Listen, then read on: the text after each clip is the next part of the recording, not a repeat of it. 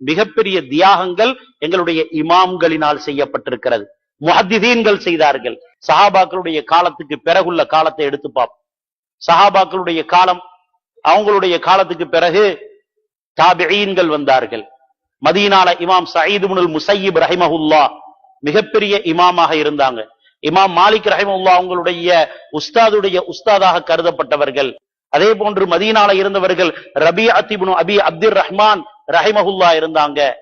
மக்காவுல எடுத்துக்கொண்டா அதா இப்னு அபி ரபாஹ் இருந்தாங்க. சுஃபியான் இப்னு உயைனா ரஹிமஹுல்லாஹ் இருந்தாங்க. பெரும் பெரும் முஹத்திதீன்கள். யமன்ல எடுத்துக்கொண்டா இமாம் தாவூஸ் ரஹ்மத்துல்லாஹி அலைஹி அவர்கள் இருந்தார்கள். பஸ்ராவுல எடுத்துக்கொண்டா ஹசன் அல் பஸரி ரஹ்மத்துல்லாஹி அலைஹி அவர்கள் இருந்தார்கள். கூஃபாவுல எடுத்துக்கொண்டா இப்ராஹிம் நகை ரஹ்மத்துல்லாஹி அலைஹி அவர்கள் இருந்தார்கள். ஷாம்ல எடுத்துக்கொண்டா இமாம் அவுசாயி ரஹ்மத்துல்லாஹி அலைஹி அவர்கள் இருந்தார்கள். மிஸ்ர்ல இமாம் லைஸ் இப்னு சாத் ரஹ்மத்துல்லாஹி அலைஹி அவர்கள் இருந்தார்கள். இவர்கள் எல்லாம் யார்? சஹாபாக்களிடமிருந்து இல்ம படிச்சவங்க. இந்த உலகம் முழுவதும் பரவி சென்றார்கள். இந்த தீன பரப்பினார்கள், மார்க்கத்தை பரப்பினார்கள், ஹதீதுகளை பரப்பினார்கள்.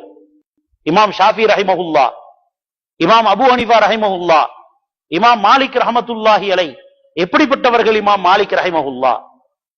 இமாம் மாலிக் ரஹ்மத்துல்லாஹி அலைஹி அவர்கள் இமாமு தாரில் ஹிஜ்ரா, மதீனாவினுடைய இமாமாக கருதப்பட்டவர்கள். அவர்கள் மதீனாவுல 50 வருடங்களுக்கு மேலாக மஸ்ஜிது நபவியில இருந்து ஹதீஸ் பாடத்தை நடத்தியவர்கள். நபி ஸல்லல்லாஹு அலைஹி வஸல்லம் அவங்க சொன்னாங்க, யூசிகு அன் யضربன் நாசு அக்பாதல் இபில். பின்னால் ஒரு காலம் வரும், மக்கள் எல்லாம் ஒட்டகத்தில் பிரயாணம் செய்து கொண்டு வருவார்கள் மதீனாவை நோக்கி. ஃபலா யஜிதுன அஹதன் அஅலம மின் ஆலிமில் மதீனா. அந்த நேரத்துல ஒரு மதீனாவுடைய ஆலிமை விட சிறந்த ஒரு ஆலிமை உலகத்துல பெற்றுக்கொள்ள இயலாது. அது யார்? அந்த இமாம் மாலிக் ரஹ்மத்துல்லாஹி அலைஹி அவங்கள பத்தி ரசூலுல்லாஹி ஸல்லல்லாஹு அலைஹி வஸல்லம் சொல்லிட்டு போனாங்க. சாதாரண இமாம்களா இவர்கள் எல்லாம்? நபி ஸல்லல்லாஹு அலைஹி வஸல்லம் சொன்னாங்க, சஹீஹான ஹதீஸ் இது.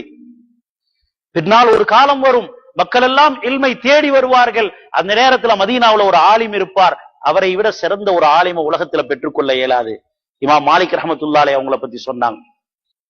இமாம் சுயூத்தி ரஹ்மத்துல்லாஹி அலைஹி அவங்க சொல்றாங்க, இமாம் அபூ ஹனீஃபா ரஹிமஹுல்லாஹ் அவர்களுடைய விஷயத்துல ரசூலுல்லாஹி ஸல்லல்லாஹு அலைஹி சொன்னாங்க, லவ் கானல் இல்மு பிஸ்ஸுரையா லனாலஹு ரஜுலுன் மின் அப்னாஇ ஃபாரிஸ்.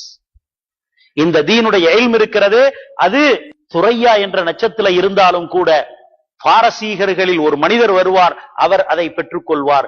இமாம் சுயூத்தி ரஹ்மத்துல்லாஹி அலைஹி சொன்னாங்க, இந்த ஹதீஸ் அநேகமாக இமாம் அபூ ஹனீஃபா ரஹிமஹுல்லாஹ் அவர்களுக்கு பொருந்தும் என்று சொன்னாங்க. சாதாரண இமாம்களா இவர்கள்? இமாம் ஷாஃபி ரஹிமஹுல்லாஹ் அவங்கள சொன்னாங்க, ஆலிமு குரைஷின் யம்லஉல் ஆலம இல்மா. குரைஷிகளினுடைய ஒரு ஆலிம் வருவார், அவர் எப்படிப்பட்டவர்? இந்த அகிலத்தை இல்மால் நிரப்புவார் என்று சொன்னாங்க. சாதாரண இமாமா இமாம் ஷாஃபி ரஹிமஹுல்லாஹ் அவர்கள் ஹஜ்ரத் ரசூலுல்லாஹி ஸல்லல்லாஹு அலைஹி வஸல்லம் அவர்கள் அடையாளம் காட்டிவிட்டு சென்றிருக்கிறார்கள். இவர்கள் எல்லாம் யார்? குர்ஆனை கரைத்து குடித்தவர்கள். அவர்களுடைய இல்ம் எப்படிப்பட்டது? முவத்தா இமாம் மாலிக் ரஹிமஹுல்லாஹ் அவங்களுடைய கிரந்த முவத்தா இருக்கிறது. இன்றைக்கு நாங்க எப்படி சஹீஹுல் புகாரி என்று நாங்க இந்த கிரந்தத்தை வைத்திருக்கிறோமோ, முதலாவது எழுதப்பட்ட சஹீஹான ஹதீஸுடைய கிதாப் அந்த கிதாபு தான். தாபிஈன்களிடமிருந்து இல்ம படிச்சவங்க, சஹாபாக்களுடைய மாணவர்களிடமிருந்து இல்மை படித்தவர்கள் அவர்கள். ரசூலுல்லாஹி ஸல்லல்லாஹு அலைஹி வஸல்லம் அவங்களுடைய ஹதீஸ்களை கரைத்து குடித்தவர்கள் அவர்கள். அவர்கள் எப்படிப்பட்ட மேதைகளாக இருந்தாங்க? ஃபிக்ஹ எங்களுக்கு எவ்வளவு அழகான முறையில தொகுத்து தந்திருக்கிறாங்க. எந்த அடிப்படையில தொகுத்தாங்க ஃபிக்ஹ? சஹாபாக்களுடைய கருத்துக்களை எடுத்தாங்க. சஹாபாக்கள் என்ன கருத்தை சொல்லி இருக்கிறாங்க, சஹாபாக்களுடைய கருத்துக்களை எடுத்து எடுத்து தங்களுடைய கிரந்தங்கள்ல சேர்த்தாங்க. முவத்தா இமாம் மாலிக் உலமாக்கள் நிறைஞ்சிருக்கிறாங்க. அதை எடுத்து பார்த்தா தெரியும், இந்த சஹாபி இப்படி கருத்து சொல்லி இருக்கிறாங்க இந்த ஹதீஸுக்கு, இந்த சஹாபி இந்த சட்டத்துக்கு இப்படி தீர்வு சொல்லி இருக்கிறாங்க. அடிக்கடி தங்களுடைய கிரந்தங்கள்ல இமாம் மாலிக் ரஹ்மத்துல்லாஹி அலைஹி அவர்கள் எழுதுவார்கள். இமாம் அபூ ஹனீஃபா ரஹ்மத்துல்லாஹி அலைஹி, இமாம் அஹ்மத் இப்னு ஹம்பல் ரஹ்மத்துல்லாஹி அலைஹி, இவர்கள் எல்லாம் ஹதீஸையும் மார்க்கத்தினுடைய அந்த விளக்கத்தையும் நல்ல முறையில தொகுத்து எங்களுக்கு தந்தவர்கள். இவங்க எல்லாம் சஹாபாக்களை அடிப்படையா வச்சுதான் தங்களுடைய இந்த சட்டங்களை தொகுத்து எழுதுகிறார்கள். அல்லாஹு தஆலா குர்ஆன்ல ரசூலுல்லாஹி ஸல்லல்லாஹு அலைஹி வஸல்லம் அவர்களுடைய பணியை பற்றி சொல்லி காட்டுகிறான். நபி ஸல்லல்லாஹு அலைஹி வஸல்லம் அவங்களுடைய பணி என்ன?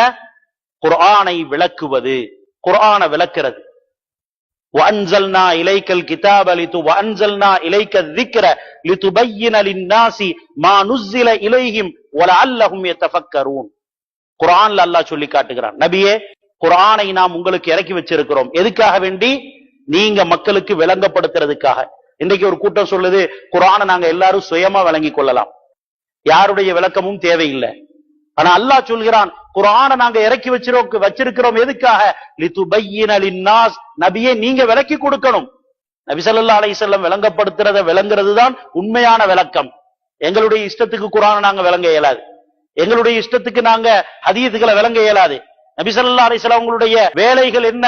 குர்ஆன் சொல்லி காட்டுகிறது, வயுஅல்லிமுஹுமுல் கிதாப வல் ஹிக்மா, குர்ஆனை ஓதி காட்டுறது ரசூலுல்லாஹி ஸல்லல்லாஹு அலைஹி வஸல்லம் அவங்களுடைய வேலை. குர்ஆனை விளங்கப்படுத்துறதும் ரசூலுல்லாஹி ஸல்லல்லாஹு அலைஹி வஸல்லம் அவங்களுடைய வேலைதான். குர்ஆனை விளங்கப்படுத்துறதும் நபி ஸல்லல்லாஹு அலைஹி வஸல்லம் அவங்களுடைய வேலை. குர்ஆனுடைய ஆயத்துக்கு இதுதான் விளக்கம் என்று ரசூலுல்லாஹி ஸல்லல்லாஹு அலைஹி வஸல்லம் அவர்கள் சொல்லி காட்டி இருக்கிறாங்கன்னு சொன்னா அதான் விளக்கம். அப்படித்தான் விளங்க வேண்டும். நபி ஸல்லல்லாஹு அலைஹி வஸல்லம் விளங்கப்படுத்துறதுதான் சஹாபாக்கள் விளங்கினார்கள். அதைத்தான் அவர்களுடைய மாணவர்களாகிய தாபிஈன்களுக்கு சொல்லி கொடுத்தாங்க. அந்த தாபிஈன்கள் இமாம்களுக்கு சொல்லி கொடுத்தாங்க, முஹத்திதீன்களுக்கு சொல்லி கொடுத்தாங்க. அவர்கள் குர்ஆனுடைய ஹதீஸினுடைய விளக்கத்தை ஃபிக்ஹுடைய நூட்களிலும் ஹதீஸினுடைய நூட்களிலும் தஃப்சீருடைய நூட்களிலும் எங்களுக்கு விளங்கப்படுத்தி இருக்கிறாங்க. இது எல்லாம் எங்களுக்கு தேவையில்லை, நாங்க சொந்தமா ஆராய்ச்சி செஞ்சு முடிவெடுப்போம்னு சொன்னா என்ன அர்த்தம்? நபி ஸல்லல்லாஹு அலைஹி வஸல்லம் அவங்க சொன்ன விளக்கம் எல்லாம் எங்களுக்கு தேவையில்லை, நாங்க அதெல்லாம் பின்பற்ற மாட்டோம், எங்களுடைய அறிவை கொண்டுதான் நாங்க முடிவு செய்வோம் என்று அந்த முஅத்தஸிலாக்கள் சொன்ன மாதிரி தான் இதுவும் ஆகிவிடும். அதனால கண்ணியமிக்க சகோதரர்களே, பெரியார்களே, சஹாபாக்களுடைய அந்த விஷயத்துல நாங்க சரியான முறையில விளங்கி வச்சு கொள்ளணும்.